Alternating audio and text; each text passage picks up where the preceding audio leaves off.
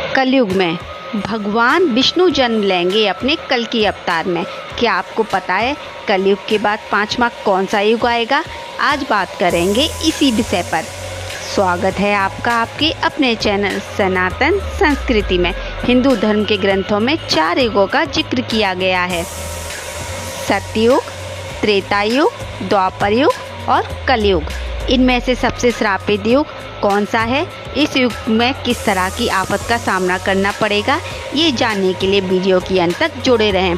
पौराणिक ग्रंथों के अनुसार शापित और खराब युग कलयुग को माना गया है और आज हम इसी युग में जी रहे हैं, वो कलयुग ही है। मुझको ये कहने की ज़रूरत नहीं है कि कलयुग में पाप अधर्म बढ़ते जा रहे हैं। हम सब ने कलयुग के बारे में ये लाइन तो सुनी ही होगी कि रामचंद्र कह गए सिया से, ऐसा कलयुग आएगा, हंस चुनेगा दाना दुनका और कौवा मोती खाएगा। फ्रेंड्स, कौवा मोती खाएगा या नहीं ये तो वक्त ही बताएगा, लेकिन कलयुग का जिक्र हमारे पौराणिक ग्रंथों में किया गया है। विश्वास है मुझको ये सब जानने के बाद आप सब भी कलयुग को शापित युग मानने लगेंगे। फ्रेंड्स, क्या है कलयुग की पूरी सच्चाई, ये बताने से पहले आइए हम इन तीनों ग्रंथों के बारे में जान लेते हैं। सतयुग यानी सत्य का युग। फ्रेंड्स, सनातन धर्म में सबसे पहला युग था सतयुग, जिसे सत्य का युग भी कहा जाता है।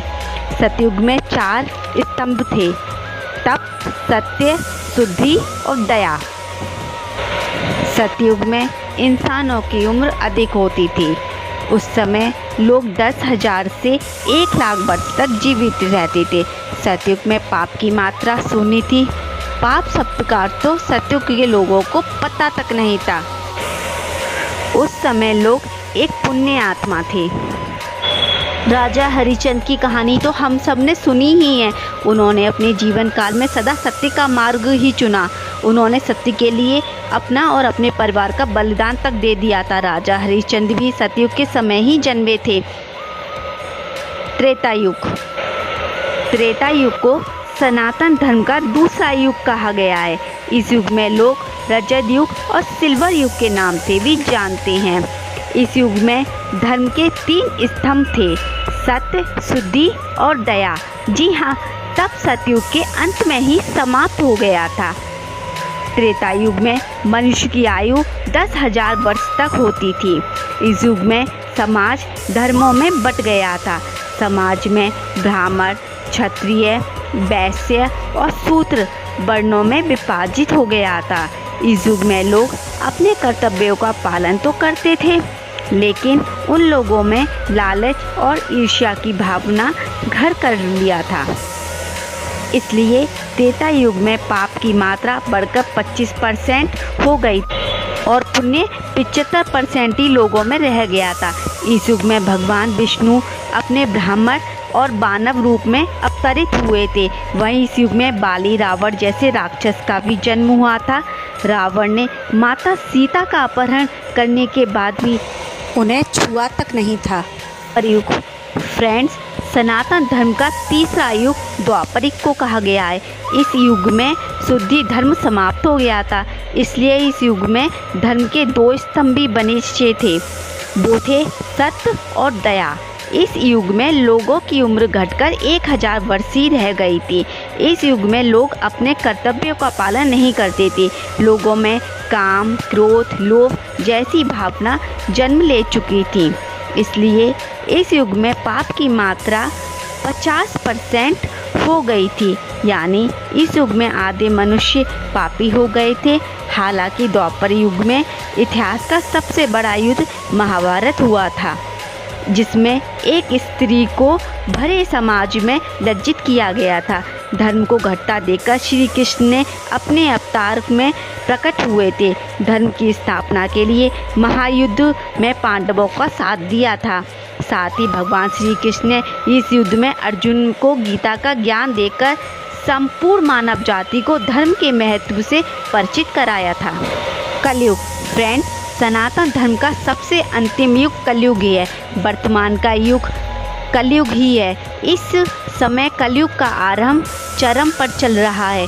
अपने पौराणिक ग्रंथों के मुताबिक अभी कलयुग के 5000 बरसी बीते हैं, यानी अभी कलयुग के अंत होने में 4,27,000 साल बचे हुए हैं। इस युग का एक ही स्तंभ बचा हुआ है, वो है दया, जो इस युग के अंत में समाप्त हो जाएगी। वहीं इस युग में पाप की मात्रा 75% और पुण्य की मात्रा 25% रह गई है। साथ ही ये भी कहा गया है कि पुण्य की ये मात्रा कलयुग के अंत तक घटकर शून्य रह जाएगी।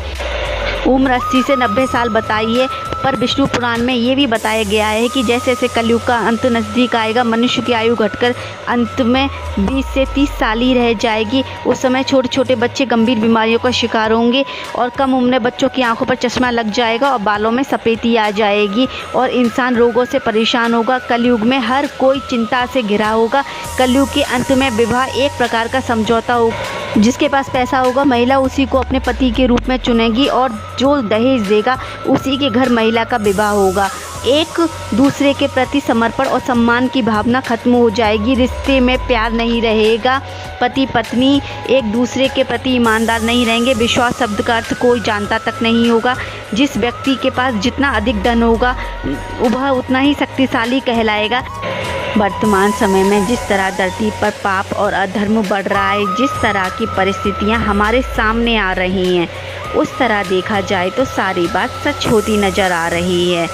धर्म और ग्रंथों के मुताबिक धरती के एक हिस्से पर जहां लोग बाढ़ से तबाह हो रहे होंगे, वहीं दूसरे हिस्से पर लोग सूखे के प्रकोप का सामना करना पड़ेगा। जैसे जैसे कलयुग अंत आ रहा है, धरती पर सारी नदियां सूखती चली जा रही हैं। ये तो हम सभी जानते हैं कि धरती पर पद्मा और सरस्वती नदी लुप्त हो चुकी है। अब मात्र गंगा बची है, वो भी कलयुग के अंत आने तक लुप्त हो जाएगी। पानी की कमी की वजह से धरती फटने लगेगी और समय एक ऐसा आएगा जब लोग पानी की एक एक बूंद के लिए तरसकर अपने प्राण छोड़ देंगे। उस समय धरती पर अधर्म फैला होगा। लोगों के मन में दया भाव समाप्त हो जाएगा। लोग अपने बारे में सोचेंगे, खाने के एक दाने के लिए अपनों का खून बहा देंगे। कलयुग में पाप की सीमा अपार हो जाएगी। हृदय में धर्म का स्थान अधर्म लेगा। जब धरती पर दुष्टों का संहार करने के लिए भगवान विष्णु अपने कल की अवतार में अवतरित होंगे।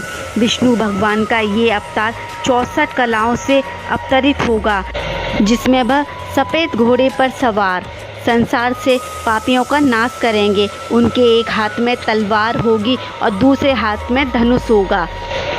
ग्रंथों के अनुसार जिस तरह श्री कृष्ण भगवान बैकुंठ लौट जाने के बाद द्वापर युग की शुरुआत हुई थी, ऐसा माना जाता है कि भगवान कल की पापियों का संग्रह करके बैकुंठ लौट जाएंगे। तब धरती पर भयंकर प्रलय आएगी, जीवन समाप्त हो जाएगा।